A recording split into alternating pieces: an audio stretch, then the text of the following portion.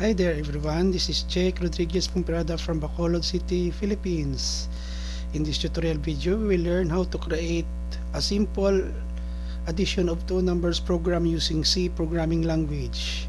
Before we start, if you like this video tutorial, please click the like button, share, leave a comment in the comment section of this video tutorial, and subscribe to my channel for more upcoming video tutorials. So let's get started. One of the most very popular programming language around the world is C. It was invented way back in 1972 by Dennis Ritchie and Bell Laboratories. It is used primarily in a wide range of system applications, just like database management, operating system, games, utilities, antivirus, or even writing a computer virus. They are using C. But most of the time, C was used on microcontrollers and systems programming. So after that introduction about C, so let us start writing our program. I am using div C++ as my C compiler. Okay, so actually in div C++ 5.11 we can write two types of program, C and C++. One of the strengths of this type of compiler is that we can combine both C and C++ code into a single program. So the first thing that I will do is to write the comment. Let's say for example addition.c. The comment in C is slash asterisk and slash asterisk. Remember guys that the extension of any C program is always C. So here, the file name is addition and then the extension is C. Next, author. The author of this program, yours truly, Jake Rodriguez Pumperada.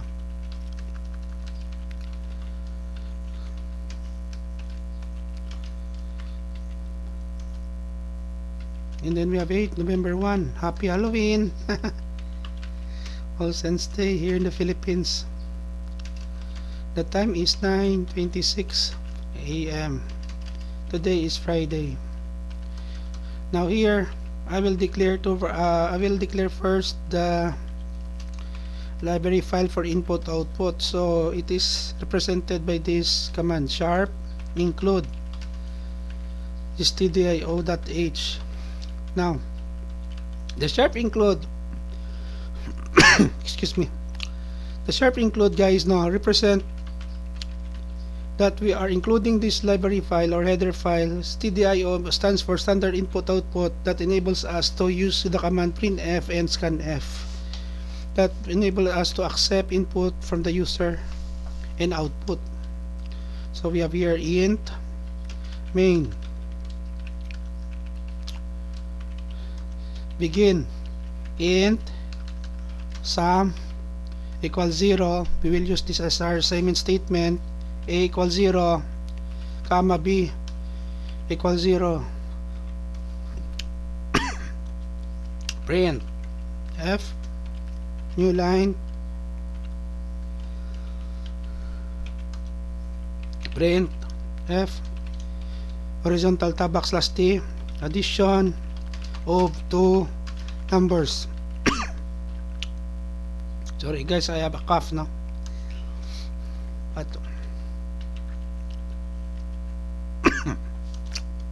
New line, print, enter first value.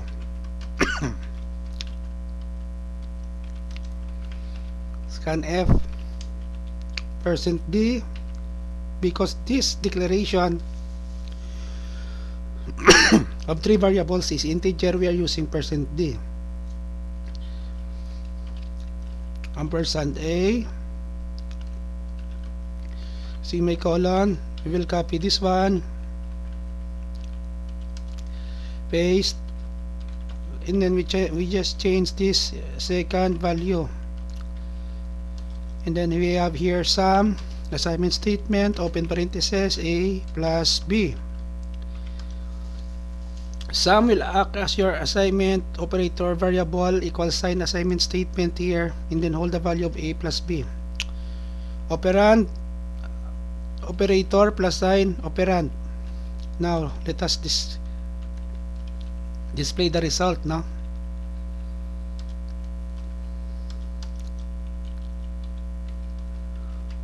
Print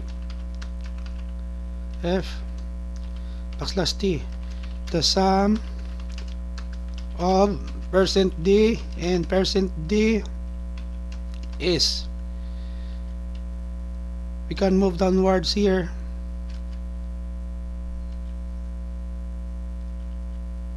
we got %d comma a comma b comma sum semicolon. Okay, next we copy this one, and then we have your printf backslash t end of the program. That tells that the program is already done and terminated, and then it will return to your operating system. Okay, before we check for syntax error in running our program, let us review first the things that we have done in our code. The first portion here from line 1 to line 3, we have here the comment. The comments contains the file name of the program, the author of the program, and then the date when the program is being created. Line number 5 tells us about the library file in every C programs that is standard input output or stdio.h. It is used primarily, guys, for input output statement in C. And then line number 7, int main, is a function. Actually, when we run our program or we compile, this is the first thing that our compiler will find and execute. 8 begin curly bracket, left curly bracket, and then we have here a series of variables which has a data type of integer, meaning it contains only whole number, positive, and 0. Next, we have here the title of our program, addition of two numbers, and then we have here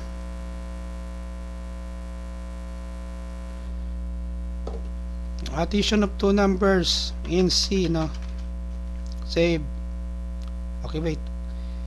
This portion of our code from line 14 to 17 will accept input value that is stored in variable A and variable B. Line number 19 will perform a computation, and then line number 21 display the message about the sum of two numbers. Then end of program, line 24, end of the program. Let us save our work. We have here C++ folder, and then C addition of two numbers in C. Now in deep C, double click. In deep C++, we should specify the extension, or else we will find a problem. Addition.c. Save. Click the save button, and then we compile and run. Let us wait for the programmer to compiler to do the job.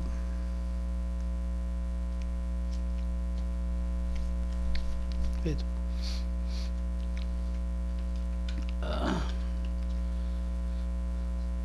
Compile and run.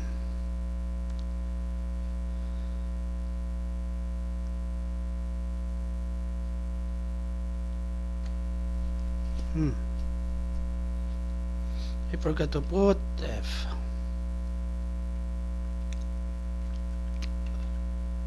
Compile and run. Okay.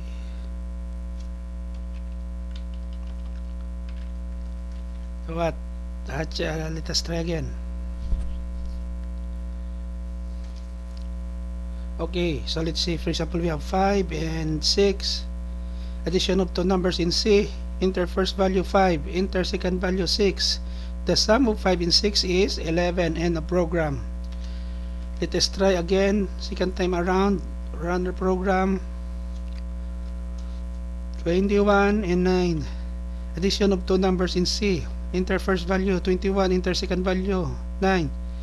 The sum of 21 and 9 is 30 and a program. So we got it already the right result. Guys, so if I hope that you have learned something new in our video tutorial on addition of two numbers in C. If you have some questions or comment, leave here in my channel in this video tutorial. If you like this video, please like, subscribe to my channel for more upcoming video tutorial. Until to the next video tutorial, this is Jake Rodriguez Pomperada from Bacolod City, Negros Occidental, Philippines. Says bye bye for now.